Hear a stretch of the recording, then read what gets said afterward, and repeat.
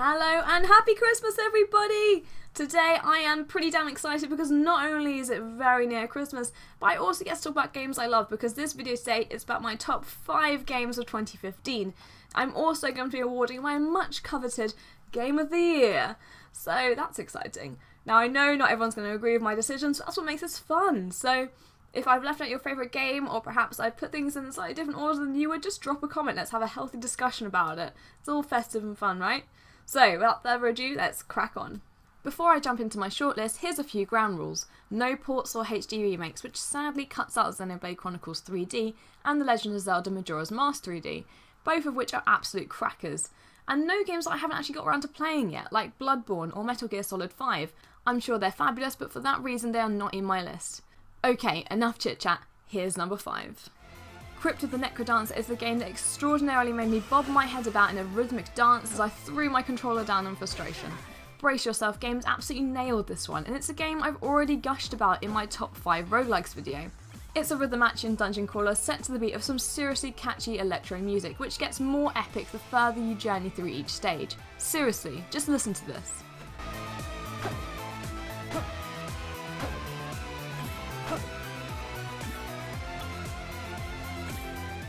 You have to move in time to the music and watch the movement patterns of monsters to best time your own attacks. It's a simple mechanic but one which works extremely well. You can even use your own MP3s in the game to play along with your favourite songs, but personally I think the game's own stomping soundtrack works best. Even if you're not the type to usually be into dungeon crawlers or roguelikes, you should check this one out, even if it's just for the merchant's dulcet tones.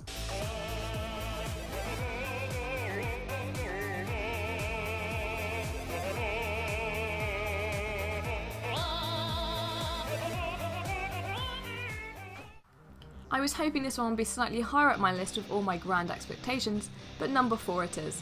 I'll explain all in my review, which will eventually happen. But that's not to say that Xenoblade Chronicles X isn't an amazing game. It is! It's truly outstanding what Monolith Soft has accomplished on the Wii U's engine. It's a game of monumental scale and makes my jaw drop literally every 10 minutes or so. The combat system is fun and quests actually have some meaning and make sense in the context of the game, which is quite a mean feat for 200 hours plus of content. The planet Mirror is absolutely beautiful, both day and night, and the further you venture, the more glorious sights you find. Even after hours upon hours of playing, I still get that warm, fuzzy feeling when I stand side by side with a gigantic, peaceful indigene drinking softly from a lake or flying over the plains in a skell.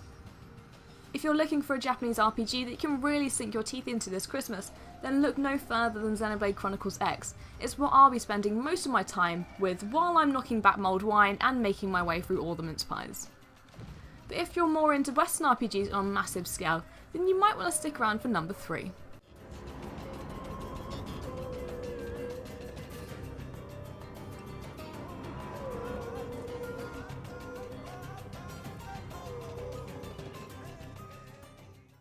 Of course, what else? It's The Witcher 3 Wild Hunt. As someone who never really got into Witcher 1 or 2, I wasn't sure what to expect when I first booted this one up, but The Witcher 3 is truly a game that grabs hold of you from the off and doesn't let you go until you suddenly realise it's 4 AM and you've got to go to work in a few hours.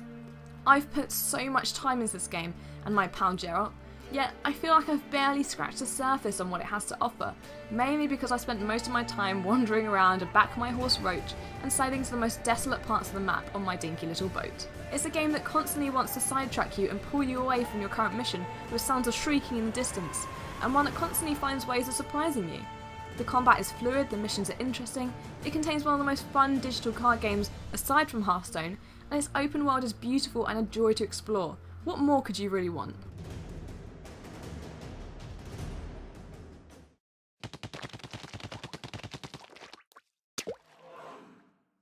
Back in May, I first dabbled with Splatoon during their test fire event, and I would never have thought I'd be sitting here still nattering on about how awesome Nintendo's squiddy, child-friendly shooter really is. Splatoon has since proved itself to be, without a doubt, one of the best shooters of the year, if only for its originality and high doses of pure fun. Splatoon's concept is brilliant as you run around a map in 4v4 teams with paint guns, rollers and buckets, trying to cover the stage with as much of your size ink as possible and painting over your enemies. You can transform into a squid to move faster through the ink and splat enemies with your weapon, giving you more time to coat the arena in colour while they're respawning back at their base. There's no voice chat, but I wouldn't have it any other way. Who wants to be mildly insulted by aggy 12-year-olds when you're trying to chill out and play games? Not me. It also makes it the kind of game that you can play with your little cousin and not feel like you have the upper hand in any way. Since its launch, Nintendo has continuously been adding free content updates in the form of new stages, new costumes, new weapons, and new modes, and also running online competitions called Splatfest, where you pick a side and try to win points for your team. If you haven't picked up Splatoon yet, I urge you to do so and experience one of Nintendo's most splendid new IPs.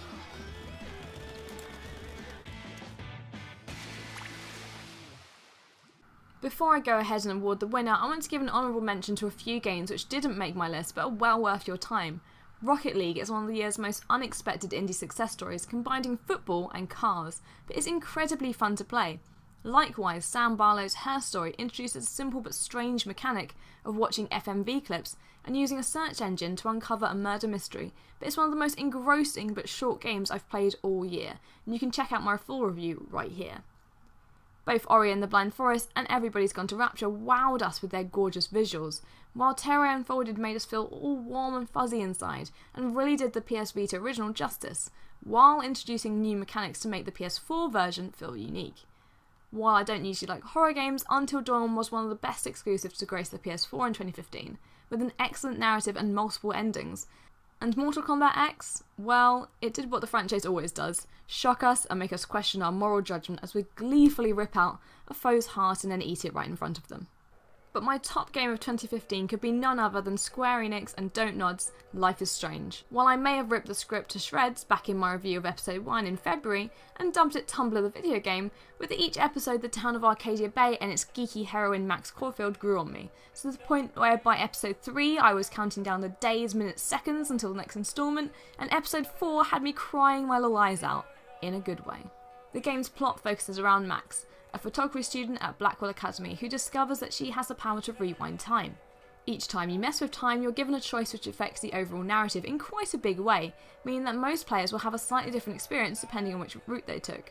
But my favourite part of Life is Strange wasn't the small fetch quests, puzzles, decision making, or even the perfectly selected soundtrack, but the everyday interactions between Max and her childhood friend Chloe. The game created an atmosphere and bond between them that felt so alive and believable despite the odd cringy phrase or two. When Don't Nod originally pitched Life is Strange, it said that many publishers turned them down, or asked them to make Max a girl. But Life is Strange is more than just a teen drama with some Instagram filters. It's beautifully deep, and each episode is even more intriguing than the last. And that's not down to the gender of the main character. It's because Max and Chloe both feel like fully realised, complicated human beings with their own distinct personalities and flaws. And that's what I love about Life is Strange. Despite the sci-fi tendencies, it's one of the most human games I've ever played.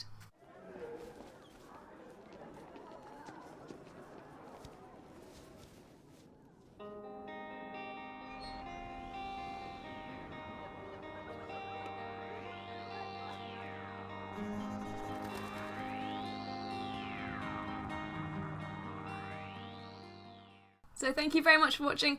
I hope you agree with maybe some of those, or maybe it made you want to try a new game out that you haven't possibly thought of playing yet. Like Life is Strange, it's a definite winner for me. So drop me a comment if you agree or disagree with any of my choices, and most importantly, have a wonderful Christmas and a very happy New Year. So see you later, bye!